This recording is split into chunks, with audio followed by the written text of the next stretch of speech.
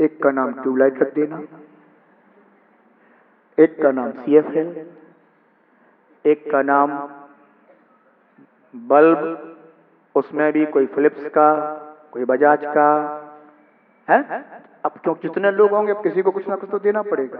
और फिर आप चिंतन करना कि ये सब एक ही स्थान पर रहते हुए, एक ही साथ रहते हुए भी वास्तव में क्या एक में एक हो सकते हैं? नहीं हो सकते।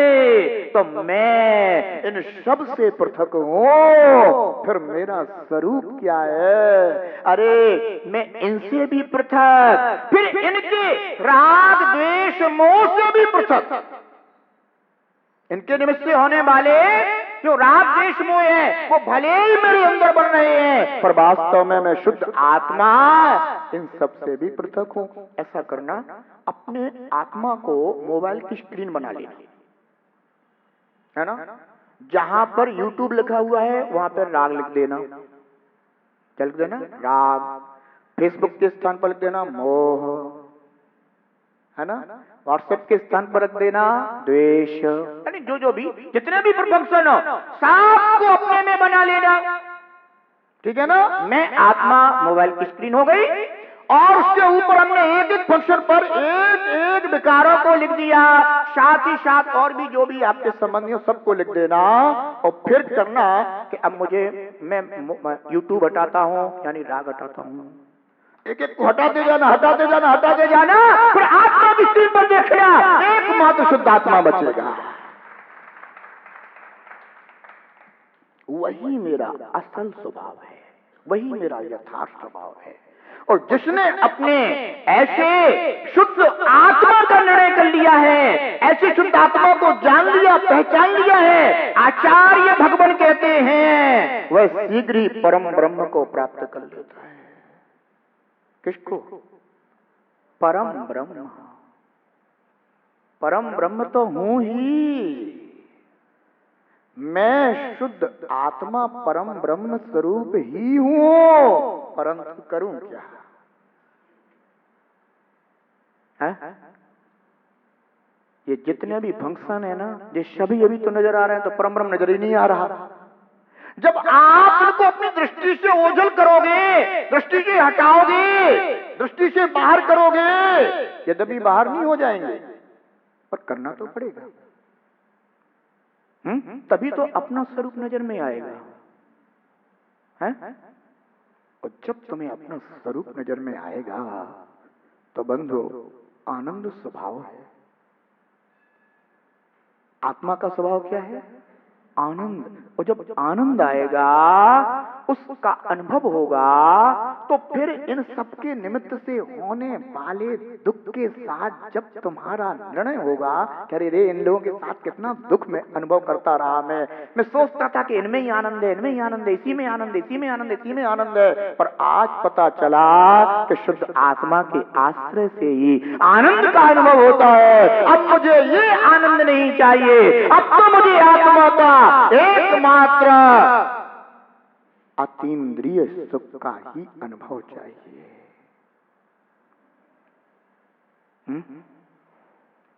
आचार्य भगवान कहते हैं वह शीघ्र ही परम ब्रह्म को प्राप्त कर लेता है। अब जब अपन ने अपना आत्मा का शुद्ध स्वरूप जाना नहीं, पहचाना नहीं, निर्णय किया नहीं, और उसका निर्णय किए बिना अब अपन जो भी अपना धर्म ध्यान करते हैं ना, अब जितना भी धर्म ध्यान करते हैं, अब ये बताओ कि वो धर्म ध्यान तुम किसके लिए कर रहे हो? किसके लिए कर रहे हो? यदि हम अपनी आत्मा को परमात्मा बनाने के लिए कर रहे हैं, तो तुमने आत्मा को जाना नहीं तो परमात्मा किसको बनाओगे? है? जब तुमने आत्मा को जाना नहीं तो परमात्मा बनाओगे किसको? आचार्य भगवान कहते हैं कि जो अपने आत्मा को पुण्य पाप से रहे शुद्ध स्वरूप में नहीं देखता है, नहीं जानता है, वह संसार में ही परिभ्रमण करता है। क्यों करता है? क्यों करता है? क्यों करता है बोलो ना। इसलिए करता है कि पिताजी ने कहा कि बेटा जा, तू बाजार से टमाटर खरीद ला। अब टमाटर का स्वरूप तो जानता नहीं है, तो क्या कर रहा है? अब सब्जी मंडी में घूम रहा है। क्या कर रहा है?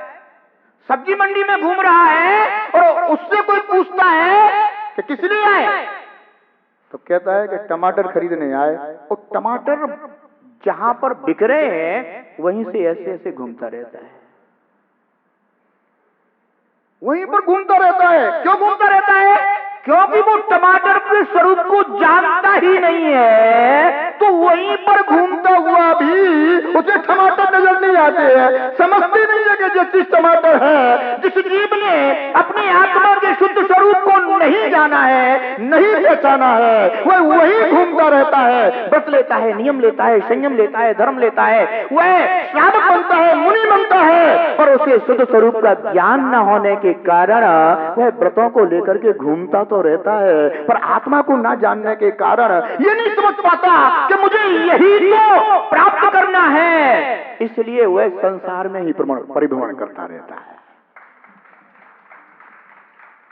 पर धन्य है बे योगी, धन्य बे निर्ग्रंथ मुनिराज, जिन्होंने अपने आत्मा के सहज शुद्ध स्वरूप को जानकर, पहचान कर, स्वीकार कर इस निर्ग्रंथ मुनि व्रत को अंगीकार किया है, धारण किया है। जिन्हें पता है कि मैं किस लिए निर्ग्रंथ मुनि बना हूं, तो वो अपने आत्मा को ही देखते हैं कि बस इसी को मुझे प्राप्त करना है, और इस पर जो कर्मों की फसल है मुझे इसको हटाना है। तो उनकी दृष्टि कहां पर होती है? उनकी दृष्टि उनने जिसका निर्णय किया हुआ है उस पर होती है। इसलिए वे निर्ग्रंथ संत सच्चे संत कहलाते हैं। समझ गए ना? तो बहुत सारे लोग अपने सहज शुद्धात्म स्वरूप से परिचित न होने के कारण क्या करते हैं? पुण्य पाप के मार्ग में लग जाते हैं। फिर वो क्या करते रहते हैं? वे वहीं से निकलते रहते हैं, पर उन्हें वहीं तक तो दिखाई नहीं देता, नजर नहीं आता। क्यों? क्योंकि उन्हें उसकी पहचान नहीं है।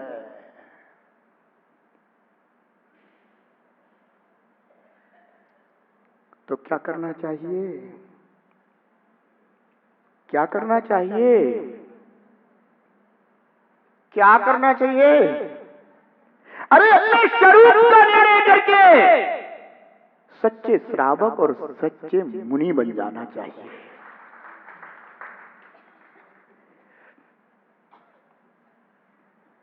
बंधु,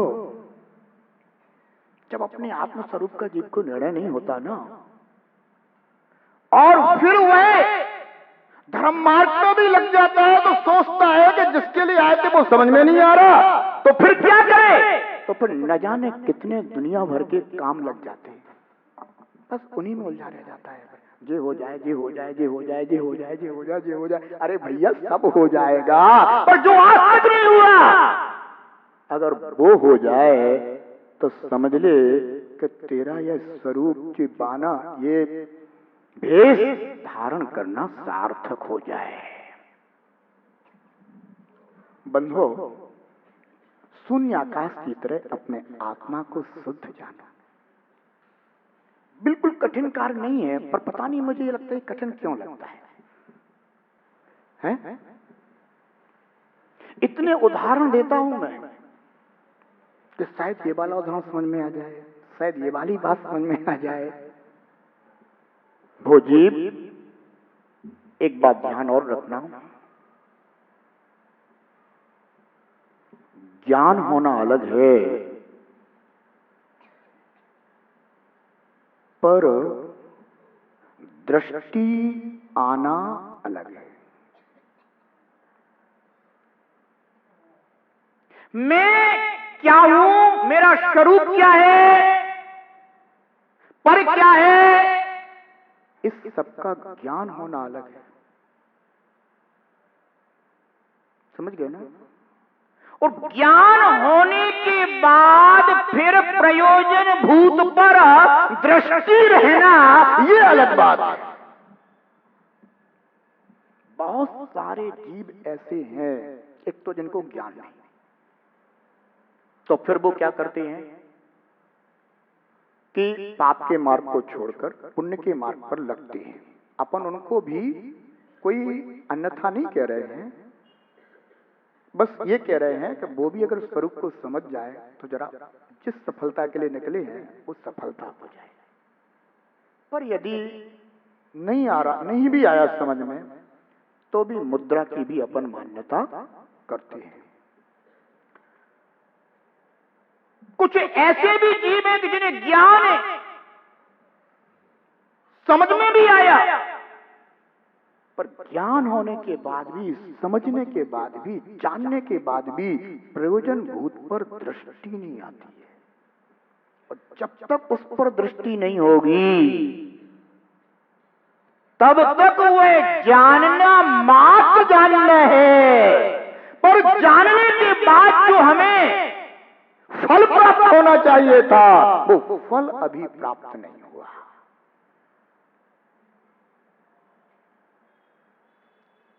क्या करना? जानने के बाद पर दृष्टि रखना होता है।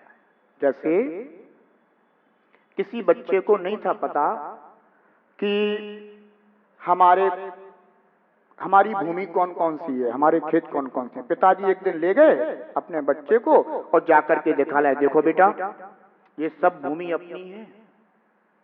समझ गए ना? ये सब भूमि अपनी है, इस पर कोई दूसरा अधिकार ना कर ले। अब ये तुम्हारे, इसमें तुम्हें इसलिए बता रहा हूं कि बेटा हमारी और कितनी उम्र रह गई है, अब तो आगे तुम्हें ही संभालना है। तो बेटा कहता है पिताजी देखो आज तक तो मुझे कुछ भी जानकारी नहीं थी, पर आज अच्छा किया कि आपने जानकारी दे दी, अब मैं ध्यान रखूंगा। अब वह बालक क्या करता है, जान लिया,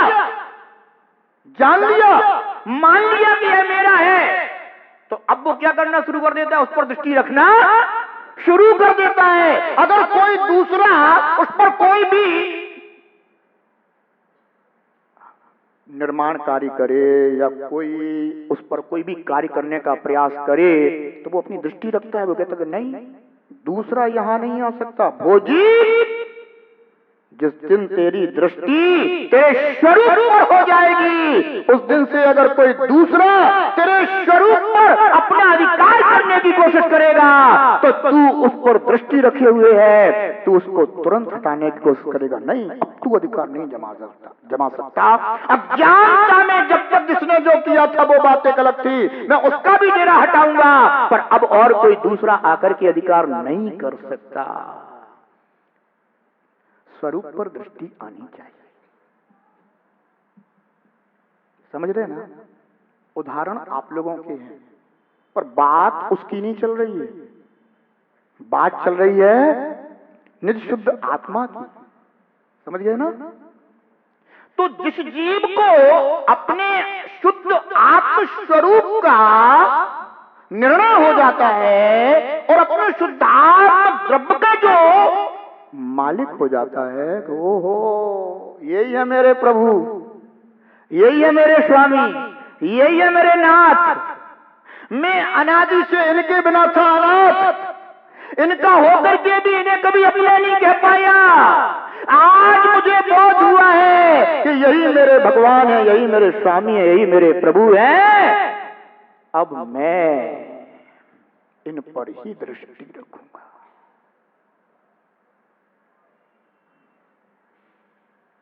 इसलिए बंधु, जानना अलग बात है और जानने के बाद दृष्टि जब तक नहीं आती तब तक जीव की रुचि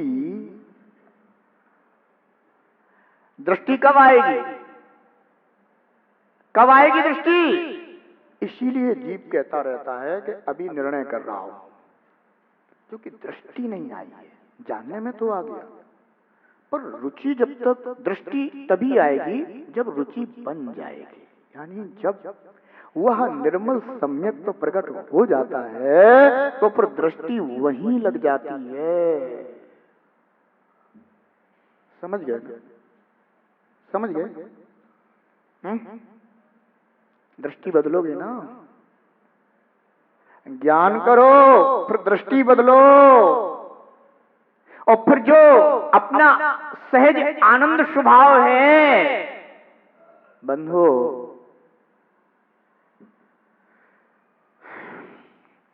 गंदले पानी में स्नान तो बहुत किया, पर बोध हो गया कि यह स्वच्छ सरोवर है। और जब स्वच्छ सरोवर आपने देख लिया, जान लिया, और आपके घर कोई मेहमान आए तो क्या कहोगे? कि पोखर पर ले चलूं तुम्हें? कहां ले जाओगे? कहां ले जाओगे? शुद्ध सरोवर पर। ऐसे ही हम वही मेहमान हैं दुर्ग वालों, आप लोगों के बीच में, कि जिसने अपने निज शुद्ध आत्मा के सरोवर को देखा हुआ है। आप सभी मैं उसी शुद्धात्म सरोवर में स्नान कराने के लिए ले जा रहा हूं। पोखर में स्नान तो बहुत कर लिया है, अब अपने उस शुद्ध स्वच्छ सरोवर में स्नान करके देखो। बंधु, पोखर का स्नान भूल जाओगे।